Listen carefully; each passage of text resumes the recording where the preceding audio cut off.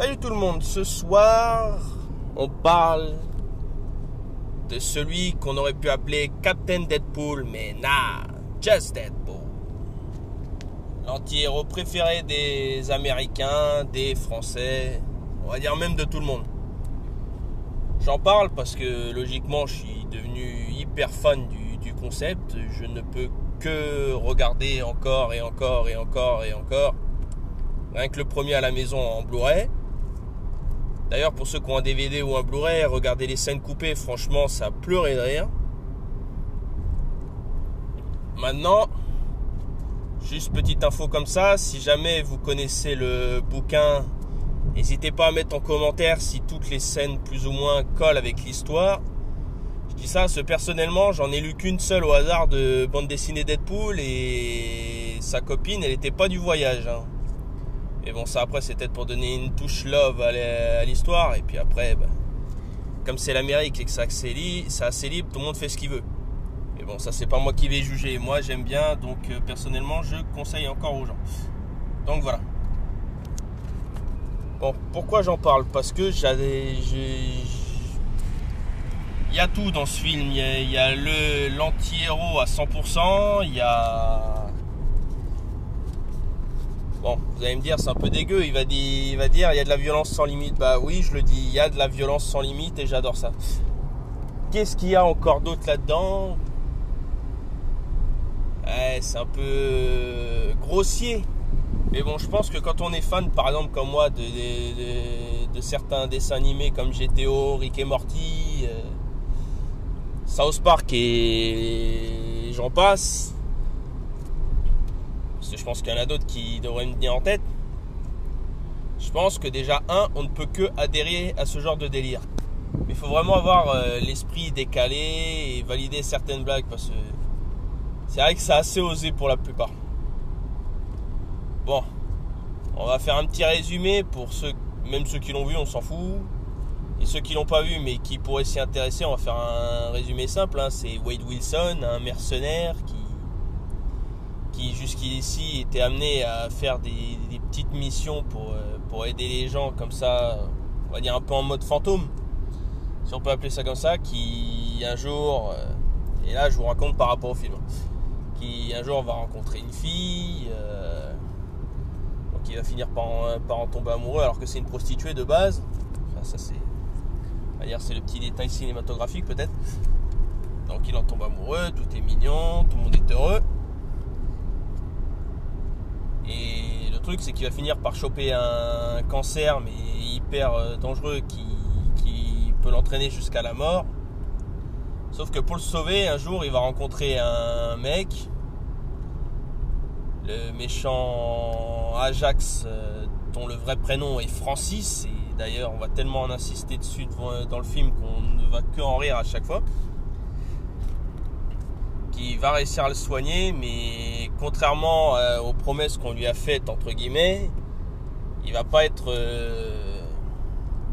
sujet à de la mutation pour être un super héros, mais pour être un super esclave de base.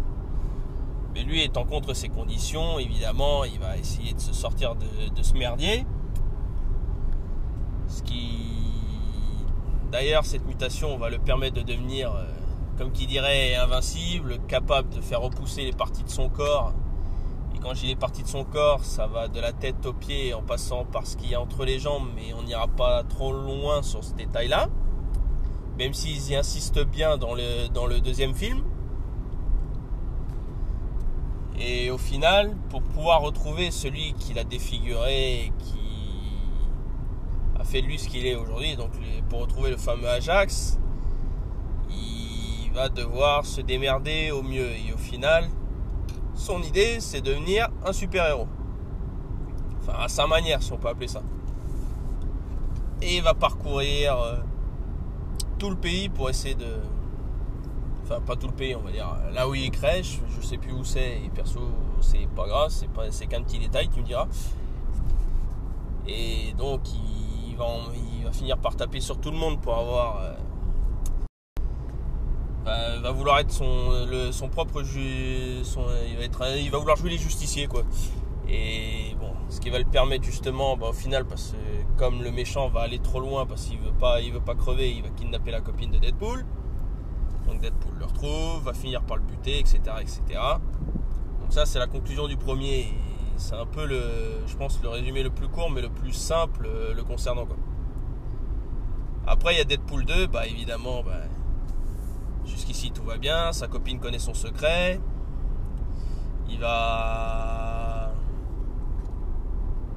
Son secret va être tellement fort qu'il va finir par en perdre sa copine. Donc il va être désemparé, il va essayer de se suicider de base. On va dire un peu les clichés du mec déprimé. Parce que je pense pas que tout le monde se suicide à chaque fois qu'il perd un de ses proches. Même si j'avoue que normalement quand t'aimes quelqu'un, bizarrement t'as envie de le suivre. Enfin bref. Donc pour en revenir à ce qu'on disait. Donc sa copine meurt, il va vouloir essayer à sa manière de retrouver il va essayer de les retrouver, il va tous les buter, sauf que d'après lui, il va tellement être blessé qu'il va avoir l'impression que le seul mec qu'il n'a pas réussi à détruire, c'est lui-même. Et donc au final, finalement, il va se retrouver face à un dilemme, c'est qu'il va finir avec ses copains, les X-Men, mais pas ceux qu'on connaît tous, les Wolverine et autres. Et qu'est-ce qui va se passer ? Il va finir par essayer de devenir un X-Men, mais même stagiaire, il va finir par foutre sa merde. Il se retrouve emprisonné avec un gamin qui se fait appeler Iron Fist. Et non, pas Iron Fist, ça c'est encore autre chose. Bon, j'ai oublié comment il s'appelle le gamin. Et donc il va essayer de l'aider à sa manière. Et puis finalement ils vont se faire incarcérer tous les deux, parce qu'évidemment Deadpool, comprenant le problème, va dézinguer le mec responsable. Il se retrouve en tôle, sauf qu'il ne se rend pas compte qu'au final le gamin va être spécial. C'est là qu'apparaît le personnage de Cable, qui lui justement va vouloir tuer le gamin. Et Deadpool évidemment va tout tenter pour l'en empêcher, se rendant compte que seul il est trop faible. Il va finir par créer son propre groupe, la X-Force.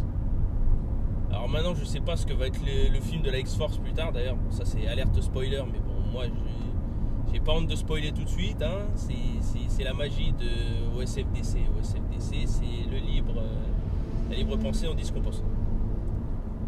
Donc il va créer sa bande qui va se faire déchiqueter l'un après l'autre, sauf une, Domino,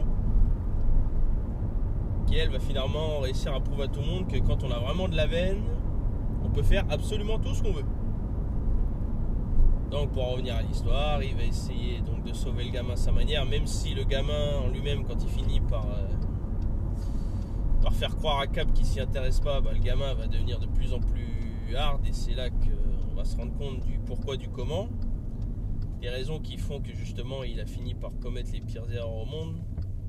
Parce que dans le futur, évidemment, le gamin est un adulte qui tue la famille de Cable, donc sa femme, sa fille et tout. Bon. On dirait un peu un cliché de film de Bruce Lee où toi tu as tué mon frère, tu vas le payer ta terre. Bon oui, c'est une impro de merde, mais j'avais envie de le faire. Et donc pendant tout le truc, Deadpool lui va justement essayer de protéger le gamin coûte que coûte. Finalement, quand ils vont se rendre compte tous les deux, autant Deadpool que Cable, que c'est un combat perdu autant pour l'un et l'autre, vont finalement finir par s'allier. Cable, toujours déterminé pour tuer le gamin, va essayer de faire confiance à Deadpool. Deadpool qui va avoir beaucoup de mal au début à convaincre le gamin qui veut le protéger déjà en priorité. Et finalement, c'est lors de l'un de ses sacrifices, oui, c'est grand spoiler, c'est justement ce sacrifiant qui risque que le gamin se rend compte qu'il le sauve, et derrière Cable, qui normalement est censé faire juste un aller-retour, s'il a la possibilité de faire que des allers-retours, finit par refaire un tour dans le passé au final pour justement pouvoir sauver Deadpool d'une certaine manière. Et d'ailleurs il va y arriver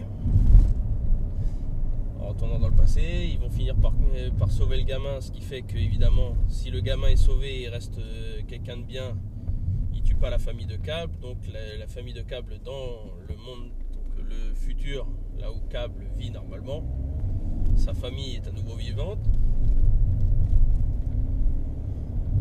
Et donc voilà. Donc ça c'est le résumé. Ça c'était le résumé du 2. Alors moi il y a juste un truc que j'ai envie de dire, c'est que la fin du film est franchement parfaite. Parce que la conclusion est géniale, mais ce qui est super marrant, un conseil si vous n'êtes pas encore allé voir le 2, restez dans la salle, regardez le générique avec les petites images rigolotes où ils font la présentation de toute l'équipe. Il y a des jolies petites scènes coupées et finalement on aura tout gagné. C'est que finalement Deadpool, ayant vu que le gadget de Cable avait fonctionné mais qui ne pouvait pas durer de manière illimitée, va finir par le donner à Negasonic, qui d'ailleurs, pour répéter ce que disait Mr. Clapman, Negasonic sert vraiment à que dalle, sauf à la fin quand même, parce que finalement a fini par bidouiller le téléporteur, si on peut appeler ça comme ça, de Cable pour permettre à Deadpool de faire ce qu'il veut. Mais ce qui est génial, c'est que justement il finit par empêcher la X-Force de mourir. Il finit par empêcher sa copine Vanessa de crever. Mais alors ce qui est magnifique, c'est comment il essaie de s'en sortir. Parce que, petite info pour ceux qui ont vu le film ou pas, quand il commence le film, avant de montrer que Vanessa meurt, il dit Wolverine est mort, alors je vois pas pourquoi moi j'aurais pas le droit à une mort aussi. Parce que évidemment, spoiler pour ceux qui veulent voir Logan encore aujourd'hui, Logan décède. Et finalement, dans son voyage dans le temps, pendant le post-générique, comme tout le monde l'appelle, il va finir par sauver Wolverine. Il va finir par, à sa manière, pour bien insister sur le fait qu'il a détesté faire Green Lantern, il finit par se tuer lui-même. Enfin, il tue l'acteur Ryan Reynolds. Il tue pas Deadpool, mais il tue Ryan Reynolds en lui disant tiens, ça c'est mort. Il tue même le méchant Deadpool dans le X-Men's Wolverine Origins, je sais plus dans lequel c'est là. Où il est un peu bizarre, mais il est méchant, il essaie de tuer Wolverine, enfin bref. J'insiste pas là-dessus parce que ça aurait pu être quelque chose d'intéressant, mais en fait quand on finit par regarder les films Deadpool 1 et 2, moi personnellement je m'intéresse plus à ce qui se passe dans les films Wolverine. Donc voilà. Et donc moi personnellement, j'ai tellement adoré que je vais pas mentir, si j'avais assez de fric là tout de suite là dans les poches, j'irais revoir tout de suite là, rien que là maintenant là. Franchement, on ne peut que pleurer de rire, s'intéresser et espérer du bon pour Deadpool 3 s'il se fait réellement, parce que normalement paraît que ça devrait se faire. Et encore je dirais après le film sur la X-Force, parce qu'on insiste bien sur le fait qu'il y aura un film sur la X-Force. Enfin, maintenant qu'il a sauvé toute l'équipe en retournant dans le passé, logiquement de toute façon il ne peut que y avoir un film là-dessus quoi. Ça ne fera pas croire qu'il y aura un espèce de petit entracte entre le début quand il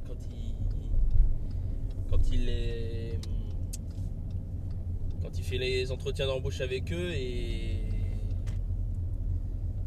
le post-générique ou même la scène où ils décèdent tous au début quoi. Je pense que ce sera une bonne suite justement à ce qui se passe à la fin de ce film là.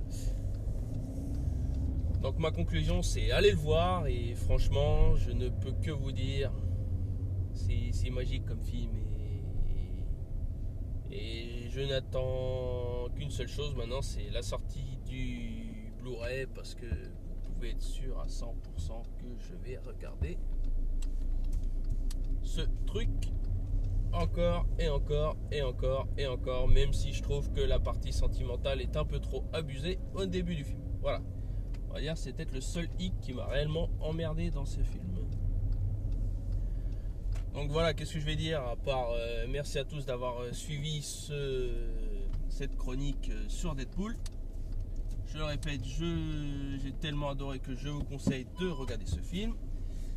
Et d'ici là, à la prochaine. Et les hashtags, votez au SFDCFS, regardez beaucoup de films, regardez beaucoup de séries, regardez beaucoup d'animés. D'ailleurs, moi je répète, ceux qui ont regardé Rick et Morty, South Park, Archer, Dieu sait combien de dessins animés où la vulgarité est sans limite, et le trash aussi, n'hésitez pas, franchement ça colle dans le même délire. Donc voilà, à très vite et n'hésitez pas à vous abonner et inviter des gens à s'abonner à la page. Tchuss!